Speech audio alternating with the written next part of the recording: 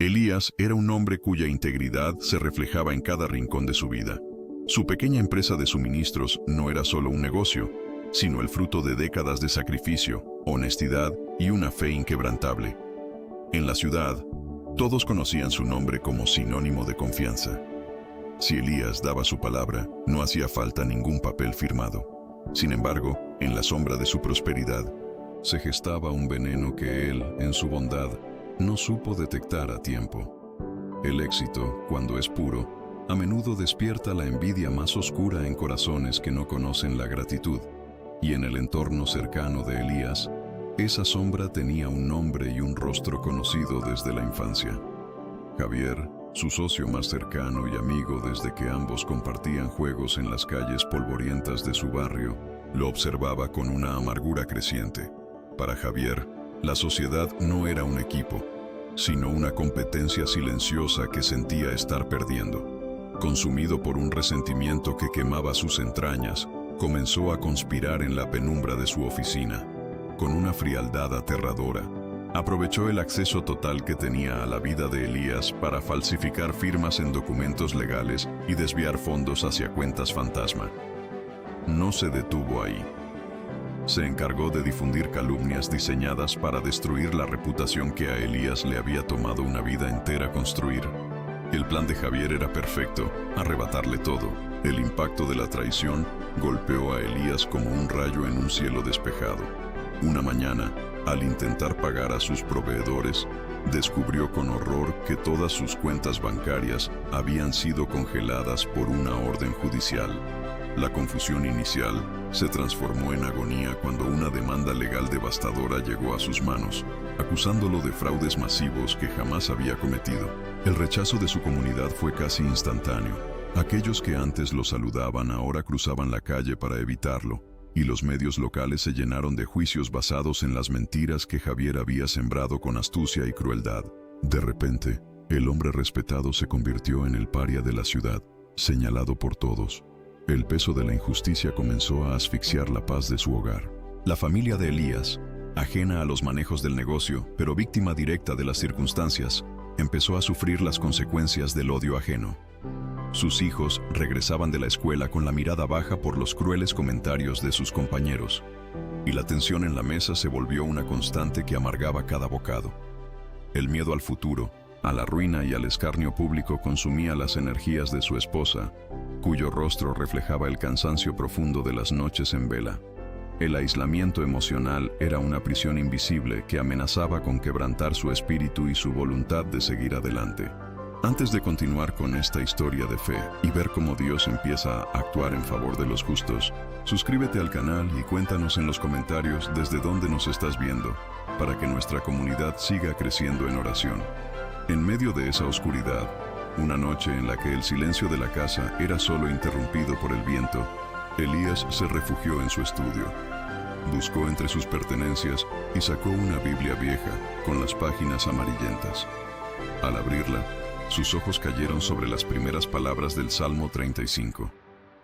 Disputa, oh Jehová, con los que contra mí contienden. Pelea contra los que me combaten, leyó en un susurro quebrado. Sintió un calor recorriendo su pecho, como si esas palabras hubieran sido escritas para su batalla actual. La oración de David se convirtió en su propio clamor desesperado, entregando su defensa a manos mucho más poderosas que las de cualquier abogado humano. Sin embargo, la prueba estaba lejos de terminar. Justo cuando terminaba de pronunciar el primer versículo y sentía un leve atisbo de paz en su alma, un sonido violento rompió la calma. Alguien golpeaba la puerta principal con una fuerza desmedida, haciendo vibrar los marcos de madera. Elías se levantó con el corazón latiendo con fuerza, y al abrir se encontró con la mirada gélida de un oficial de justicia escoltado por la policía. Sin mediar palabra, le entregó un documento oficial. Era una orden de desalojo inmediata que le otorgaba apenas unas horas para abandonar su hogar, lanzándolo a él y a su familia a la más absoluta incertidumbre en mitad de la noche. El frío de la noche calaba los huesos de Elías mientras veía con impotencia cómo los oficiales de justicia sacaban sus pertenencias a la acera mojada.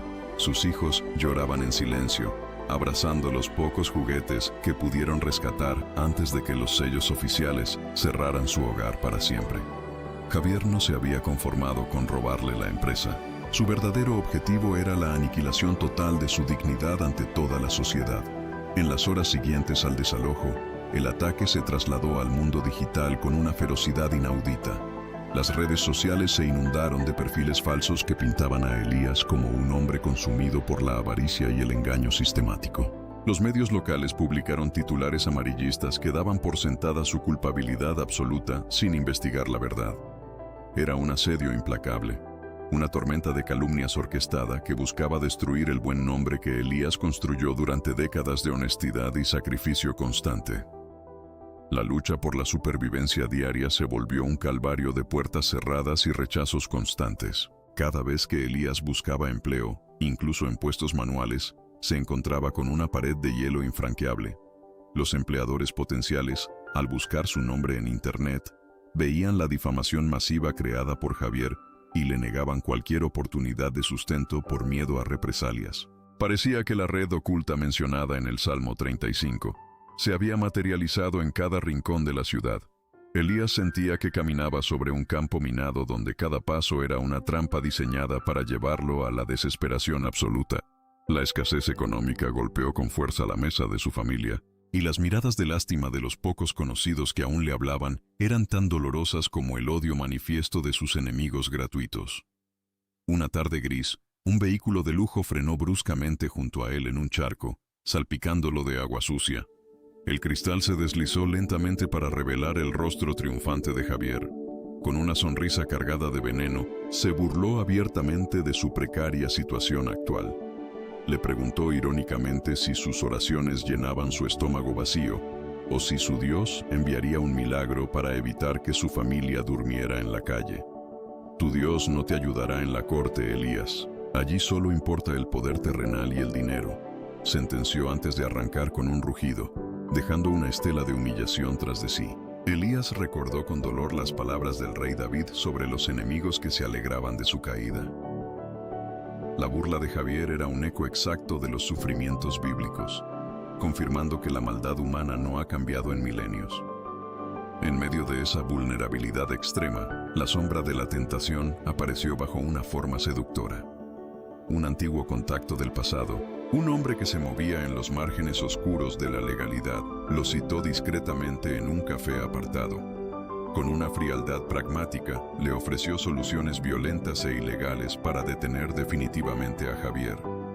Un accidente oportuno en la carretera que lo haga retractarse por puro miedo a perder la vida, susurró el hombre, asegurando que la justicia de los hombres era demasiado lenta y corrupta para alguien en su estado de ruina. Elías sintió el fuego de la venganza arder en su pecho herido. Era fácil decir que sí y acabar con el tormento, pero el eco del salmo resonó con autoridad en su mente. Dios pelea por el justo y la venganza humana solo engendra más oscuridad eterna.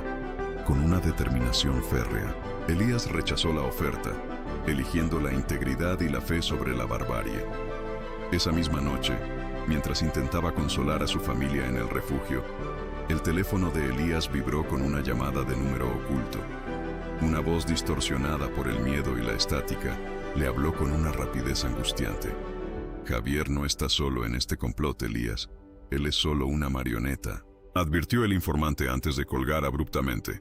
Le reveló que su antiguo amigo era simplemente una pieza pequeña en un tablero mucho más peligroso y sofisticado. Había alguien mucho más poderoso moviendo los hilos, un gigante corporativo con recursos ilimitados que estaba utilizando a Javier para quedarse con las tierras que pertenecían a la familia de Elías desde hacía varias generaciones. La revelación fue abrumadora. La batalla no era solo contra un traidor personal, sino contra una estructura de corrupción institucionalizada que parecía invencible ante cualquier tribunal humano. Elías entendió que solo la intervención del Altísimo podría rescatarlo de aquel gigante. Elías permaneció inmóvil tras la llamada, con el frío del teléfono aún en su mejilla. La revelación del informante anónimo le dio un nombre a la sombra que lo acechaba: Inversiones Globales del Sur. Esta corporación no buscaba solo su pequeña empresa, sino las hectáreas de tierra fértil que su abuelo le había heredado, un terreno que ahora se encontraba en el corazón de un megaproyecto urbanístico millonario. Javier, cegado por una envidia que lo hacía vulnerable, Se había convertido en el peón perfecto de estos gigantes sin rostro. Le habían prometido una porción del botín a cambio de orquestar la caída legal de Elías mediante documentos falsificados que invalidaban su propiedad ancestral.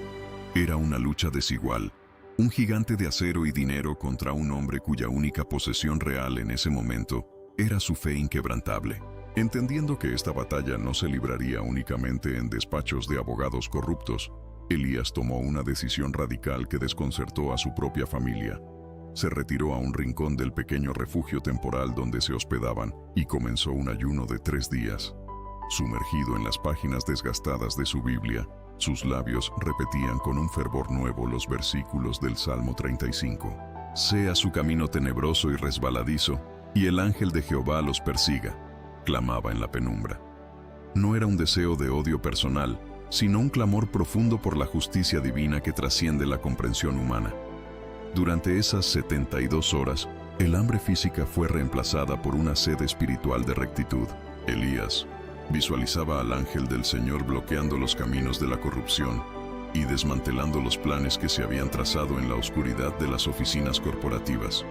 Al segundo día de su retiro espiritual, algo cambió profundamente en el interior de Elías. Ya no pedía que le devolvieran sus cuentas bancarias o su casa por un simple deseo de comodidad o estatus. Su oración se transformó en una entrega absoluta y desinteresada. «Señor, no pido por mis bienes materiales. Pido que la verdad salga a la luz para que tu nombre sea glorificado», murmuraba con una voz débil físicamente pero con un espíritu cada vez más fortalecido. Dejó de ver a Javier como el arquitecto infalible de su ruina y empezó a verlo como un hombre encadenado por su propia malicia y ambición. Al entregar el juicio final a las manos de Dios, una paz sobrenatural inundó su ser, una calma que desafiaba la lógica de su situación de desahucio y pobreza extrema. La desesperación que lo había consumido semanas atrás se evaporó por completo, dejando en su lugar una claridad mental asombrosa que le permitía esperar el siguiente movimiento divino con una paciencia que asustaba a sus adversarios. Mientras tanto, en las oficinas de la gran corporación, la conciencia de una mujer llamada Elena, una antigua empleada de confianza que había manejado la documentación del fraude, comenzó a atormentarla de manera insoportable. Elena había sido testigo de cómo Javier y los directivos manipulaban las firmas de los contratos originales de la familia de Elías. Movida por una culpa que no la dejaba respirar ni dormir, comenzó a buscar en los archivos digitales olvidados y en las carpetas físicas que Javier creía haber destruido semanas atrás. Era una búsqueda sumamente peligrosa. Sabía perfectamente que si la descubrían, su carrera y su integridad física estarían en grave riesgo. Sin embargo, sentía un impulso invisible y poderoso que la obligaba a seguir adelante. Una fuerza que la guiaba precisamente hacia los documentos que probaban la existencia de un doble libro contable y la falsificación técnica de la firma de Elías. Por otro lado, la aparente victoria de Javier comenzó a desmoronarse desde sus cimientos internos. A pesar de tener ahora el control de la empresa y el respaldo de la corporación, el insomnio se volvió su compañero constante y cruel. Cada sombra en su habitación parecía cobrar vida propia. Sentía que algo, o alguien, lo observaba fijamente desde los rincones oscuros de su nueva y lujosa oficina. La paranoia lo consumía lentamente, haciéndole dudar de sus propios aliados y subordinados. Empezó a sospechar que la corporación lo traicionaría en cualquier momento para borrar sus huellas y dejarlo solo ante la ley. El peso espiritual del Salmo 35, invocado con fe por Elías, parecía manifestarse en una presión invisible que le oprimía el pecho cada vez que intentaba celebrar su supuesto éxito. Javier, que antes se jactaba de su poder terrenal, ahora se sobresaltaba con el menor ruido de una puerta, temiendo que el suelo bajo sus pies se abriera en una fosa profunda en cualquier instante. Finalmente, Elena logró contactar a Elías a través de una línea segura que no podía ser rastreada fácilmente. «Tengo lo que necesitas para recuperar tu vida y tu honor, pero no podemos hablar por teléfono», le dijo con una voz temblorosa por el miedo. Acordaron reunirse en un mirador apartado en las afueras de la ciudad justo al atardecer, un lugar donde el silencio es absoluto.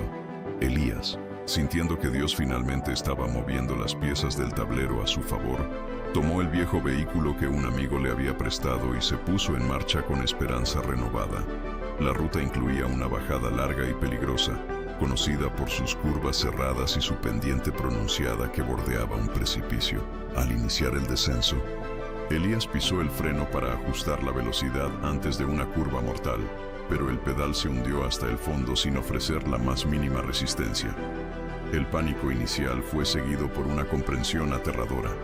Los frenos habían sido saboteados deliberadamente para silenciarlo para siempre. El auto empezó a ganar velocidad de forma frenética hacia el abismo, mientras el viento rugía como una advertencia de muerte en sus oídos. El coche rugía mientras la gravedad lo arrastraba hacia el precipicio sin piedad. Elías, con los nudillos blancos apretando el volante, no gritó de terror. En su lugar, cerró los ojos y susurró el nombre que había sido su roca durante semanas. De repente, sintió una presión invisible sobre sus manos, como si unas alas de acero envolvieran el chasis del vehículo. En la curva más peligrosa, donde cualquier cálculo humano dictaba una caída mortal, el auto giró con una precisión antinatural, deslizándose hacia una rampa de frenado de emergencia que Elías no recordaba haber visto. El impacto contra la arena fue firme pero inofensivo. Al salir del habitáculo, temblando pero ileso, Elías miró hacia el abismo y comprendió que el Salmo 35 no era solo una promesa, era una muralla de fuego real. El ángel de Jehová lo había rescatado del lazo del cazador justo cuando la muerte le soplaba en la nuca. Minutos después, caminando con las piernas inestables, llegó al mirador. Elena lo esperaba oculta tras unas rocas, con el rostro pálido por la falta de sueño. Sin mediar palabras innecesarias, le entregó una unidad de memoria envuelta en un pañuelo. «Aquí está todo, Elías», susurró ella, su voz apenas un hilo quebradizo en el viento. «Están los correos donde Javier coordina los sobornos con los directivos de inversiones globales del sur, las grabaciones y el escaneo del documento original que tu abuelo firmó, comparado con la falsificación que presentaron en la corte». Elena ya no quería ser cómplice de una maquinaria que trituraba vidas por tierra. Elías recibió el archivo no como un arma de venganza, sino como la respuesta tangible a su clamor por la justicia. La red oculta de la que hablaba el salmista finalmente estaba siendo expuesta a la luz. Mientras tanto, en las altas esferas del poder corporativo, el ambiente se tornaba gélido. Los directivos de la corporación, expertos en detectar cuando un barco comienza a hundirse, percibieron que algo había salido mal en el atentado contra Elías. Temiendo que el rastro de los frenos saboteados los señalara, tomaron una decisión corporativa implacable. Javier era ahora un cabo suelto peligroso. Con la misma frialdad con la que lo habían contratado, le cortaron el acceso a las cuentas de gastos, eliminaron sus correos de los servidores y filtraron a la prensa ciertos errores contables que Javier había cometido para su beneficio propio. El peón se encontró de pronto en un desierto de soledad. Javier solo encontró teléfonos desconectados y puertas cerradas. El gigante lo estaba devorando para proteger sus intereses, cumpliendo la ley de que la maldad siempre termina devorándose a sí misma. La caída de Javier fue rápida. En pocas horas, pasó de ser el exitoso empresario que se burlaba de la fe de Elías a ser el blanco de investigaciones criminales. La corporación lo acusó de malversar fondos y actuar por cuenta propia en el fraude. Era una ironía divina. Javier estaba siendo perseguido por los mismos crímenes que cometió siguiendo órdenes de sus antiguos amos. La paranoia que antes lo acechaba en la oscuridad de su oficina se convirtió en una realidad jurídica. Cada mentira lanzada contra Elías regresaba hacia él como un boomerang legal. Se encontraba atrapado en su propio lazo, tal como Elías había orado durante su ayuno, viendo cómo su reputación, construida sobre el fango de la traición, se desmoronaba ante el escrutinio público. Elías, con las pruebas en la mano, se reunió con su abogado en un pequeño café. El profesional estaba eufórico. Quería llamar a los medios y presentar la evidencia de inmediato para destruir a Javier. Sin embargo, Elías sintió un impedimento en su espíritu. «Aún no es el momento», dijo con una calma que desconcertó al abogado. «Hay un tiempo para todo bajo el cielo, y siento que Dios aún no ha terminado de mover todas sus piezas». No era una actitud de miedo, sino de obediencia absoluta. Elías sabía que si actuaba por un impulso humano, podría arruinar el propósito mayor que Dios estaba tejiendo. Decidió esperar. manteniendo los archivos en un lugar seguro y continuando con su oración, confiando en que la justicia divina llegaría con precisión cuando el cielo lo ordenara. Esa tarde, mientras el abogado revisaba la demanda original que Javier había interpuesto meses atrás, sus ojos se detuvieron en un detalle técnico que todos habían pasado por alto. Sus manos empezaron a temblar mientras leía los códigos de jurisdicción y las fechas de los sellos notariales. Era un error legal tan elemental pero tan profundo que parecía un milagro de ceguera colectiva. Javier, en su arrogancia y apuro por despojar a Elías de su herencia, había cometido una falta de procedimiento básica que viciaba de nulidad todo el proceso judicial desde su primer día. El abogado llamó a Elías con emoción. «Elías, no vas a creer lo que encontré», exclamó. «No solo tenemos las pruebas del fraude, sino que la demanda de Javier tiene un fallo técnico mortal. Si presentamos esta moción mañana, todo su caso se desplomará en un solo movimiento antes de que empiece el juicio». El sol se filtraba por los altos ventanales de la sala del tribunal, proyectando sombras alargadas sobre la madera pulida de los bancos, creando una atmósfera de solemnidad casi sagrada. Era el día que Elías había esperado con una mezcla de temor reverente y paz absoluta, el momento en que su fe sería probada bajo el frío escrutinio de la ley humana. Mientras caminaba hacia su lugar, sentía que no lo hacía solo. Las palabras del Salmo 35 resonaban en su mente como un tambor de guerra celestial, recordándole que Dios es el juez justo que no deja al inocente sin defensa. Javier ya estaba allí, sentado con una sonrisa de suficiencia que no llegaba a sus ojos, rodeado por un equipo de abogados de élite que aún creían en la solidez de su castillo de naipes. Javier lucía un traje costoso, una armadura de seda y arrogancia, con la que pretendía ocultar el vacío que la corporación corrupta había dejado a sus espaldas tras abandonarlo a su suerte. El juez entró en la sala con una gravedad que impuso un silencio sepulcral, rompiendo la tensión eléctrica que flotaba en el aire. Javier, en su ceguera espiritual, pensó que el poder que una vez lo respaldó seguía allí, moviendo los hilos de la justicia a su favor. Pero cuando el abogado de Elías se puso en pie, el ambiente cambió drásticamente. No comenzó con gritos ni con dramas innecesarios. Con una voz pausada y cargada de una seguridad inusual, presentó la moción sobre el error legal técnico que había descubierto en la demanda original. Fue como si una pequeña grieta apareciera en una enorme represa. Los abogados de Javier se miraron entre sí, confundidos, buscando febrilmente en sus carpetas una respuesta que simplemente no existía. La arrogancia de Javier empezó a marchitarse visiblemente cuando el magistrado, tras revisar el documento con un detenimiento glacial, asintió con una expresión de profunda incredulidad ante tan garrafal descuido en el procedimiento. Pero el golpe de gracia no fue meramente técnico, sino moral y contundente. Elías observaba en silencio, con las manos entrelazadas en una oración muda, cómo su abogado conectaba la unidad de memoria que la ex empleada de la corporación le había entregado en el mirador. Los correos electrónicos, las grabaciones de audio y las pruebas digitales del fraude sistemático llenaron las pantallas de la sala, exponiendo la podredumbre que se escondía tras la fachada de Javier. El murmullo de sorpresa entre los presentes creció como una marea incontenible. Los testigos que Javier había traído para calumniar a Elías, hombres y mujeres que habían aceptado sobornos para mentir bajo juramento, empezaron a temblar. Al ver las pruebas irrefutables y comprender que la corporación ya no los protegería, el miedo a la prisión superó su lealtad al traidor. Uno a uno, sus testimonios empezaron a desmoronarse en una cascada de confesiones desesperadas, revelando que todo había sido una conspiración orquestada para destruir a un hombre íntegro. Era la manifestación física de la promesa bíblica. El lazo que Javier había escondido con astucia para atrapar a su mejor amigo, ahora se cerraba con una fuerza implacable sobre su propio cuello. Javier, al ver que su mundo de mentiras se desintegraba ante sus ojos, perdió totalmente la compostura. Sus manos golpearon la mesa con violencia y sus gritos de indignación interrumpieron el procedimiento judicial.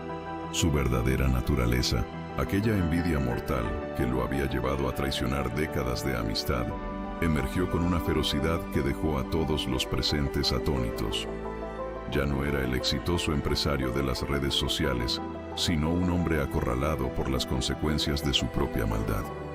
El juez, golpeando el mazo con autoridad para restaurar el orden, le ordenó callar bajo amenaza de desacato, pero el veneno de Javier seguía fluyendo en forma de insultos y acusaciones absurdas hacia Elías, revelando ante los ojos de la ley que su demanda nunca fue por justicia, sino un acto de odio puro. La sentencia final no se hizo esperar, dictada por una autoridad que parecía entender que estaba corrigiendo una injusticia cósmica. El juez, con una voz firme que cargaba el peso de la balanza divina, no solo desestimó la demanda contra Elías de forma permanente y definitiva, sino que ordenó la restitución inmediata de todos sus bienes, cuentas y propiedades. Pero la justicia no se detuvo ahí.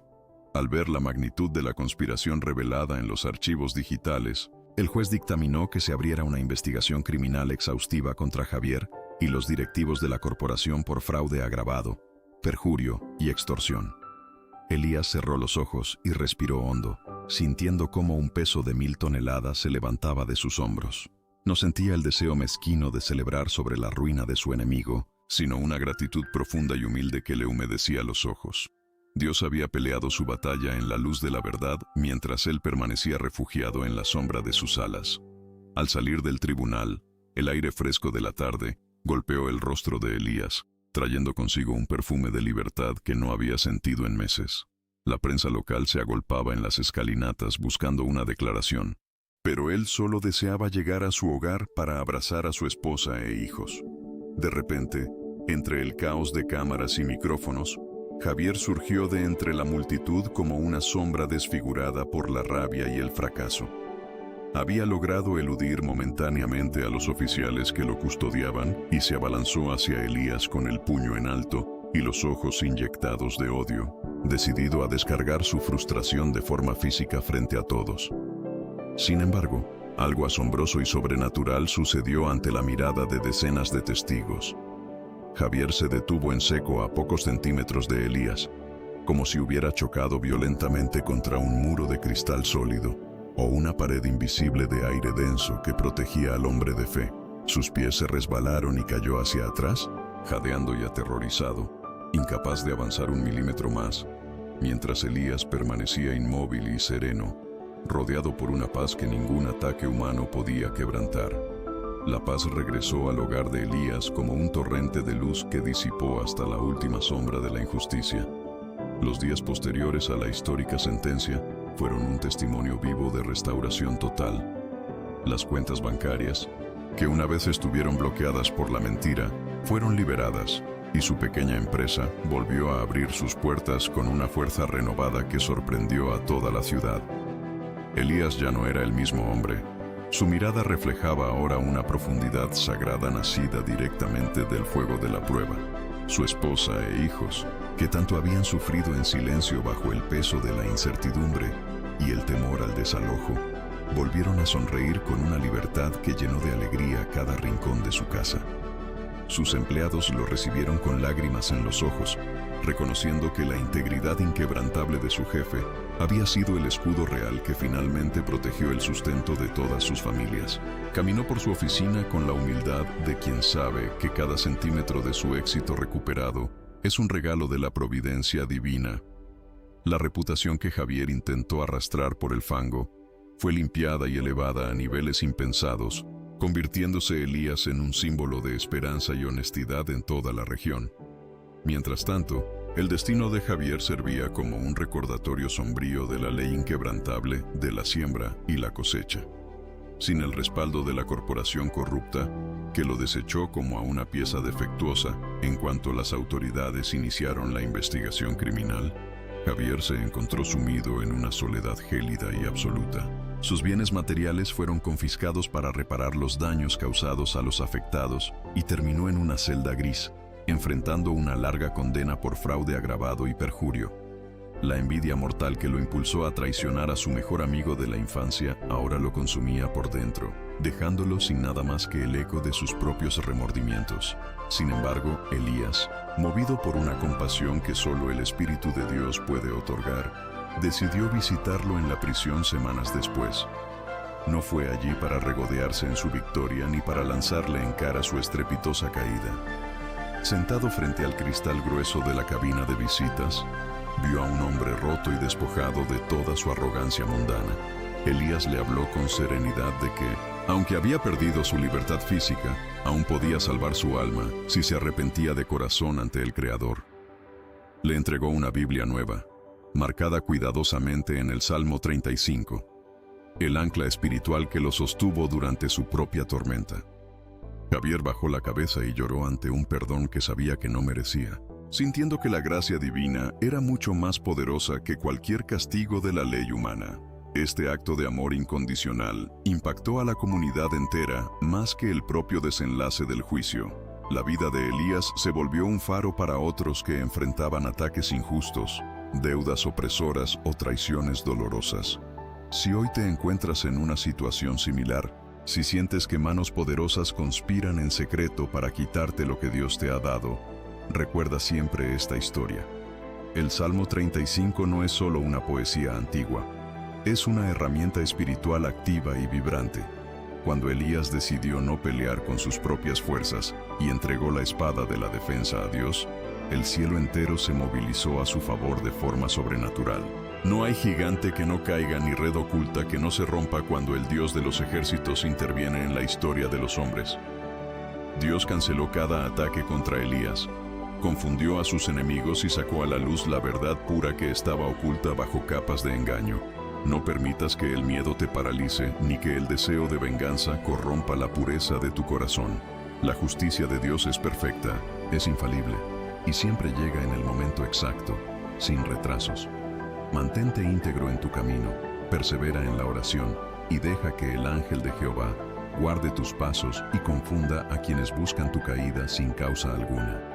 Querido hermano, querida hermana, cerremos este ciclo de fe con una oración de victoria definitiva. Padre Celestial, te presentamos hoy a cada persona que escucha estas palabras y se siente asediada por la traición, el despojo o la calumnia. Así como protegiste a Elías del complot y detuviste el ataque físico de su enemigo con una pared invisible, levántate hoy como un guerrero poderoso en defensa de todos tus hijos que confían en ti. Declaramos en este momento que todo lazo oculto se rompe por tu poder, que toda deuda injusta se cancela y que la restitución total llega a sus vidas en el nombre sobre todo nombre de Jesús. Gracias, Señor, porque tú eres nuestro escudo fiel y nuestra gran recompensa eterna. Confiamos plenamente en que tú peleas nuestras batallas más difíciles mientras nosotros descansamos en tu paz absoluta. Ninguna arma forjada contra nosotros prosperará jamás, porque tu mano omnipotente nos sostiene y nos guía hacia la luz. La victoria final es tuya y por tanto es nuestra hoy y siempre por tu misericordia. Amén. La historia de Elías termina aquí en la tierra, pero su legado de fe resuena en la eternidad, recordándonos que con Dios de nuestro lado, ningún enemigo prevalecerá jamás contra el justo que confía plenamente en su palabra y en su soberana justicia.